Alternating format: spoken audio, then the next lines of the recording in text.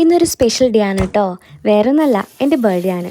എന്ത് വിശേഷം ഉണ്ടായാലും ആദ്യം മനസ്സിലേക്ക് വരുന്ന ഒരു ഫുഡ് ബിരിയാണിയാണ് കേട്ടോ. ചോറാണെങ്കിൽ 100 കൂട്ടം കറികൾ ഉണ്ടാക്കണം. ബിരിയാണി ആവുമ്പോൾ അത്രയും പണിയില്ലല്ലോ. ഇന്നത്തെ സ്പെഷ്യൽ ഒരു ചിക്കൻ ദം ബിരിയാണിയാണ്.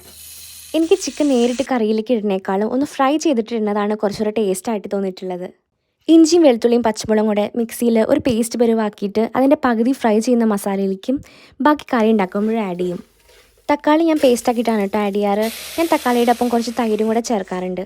ലാസ്റ്റ് കുറച്ച് പച്ചവെളിച്ചെണ്ണയും കൂടി ചേർത്ത് കഴിഞ്ഞാൽ കറി കുറച്ചുകൂടെ ടേസ്റ്റായി.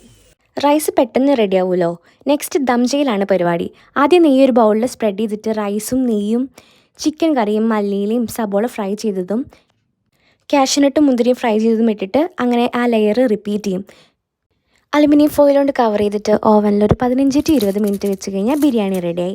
നല്ല ടേസ്റ്റായിരുന്നു കേട്ടോ ബിരിയാണി. അങ്ങനെ ഫുഡൊക്കെ കഴിച്ച് ഒരു ചെറിയ കേക്കൊക്കെ കട്ട് ചെയ്ത് നല്ല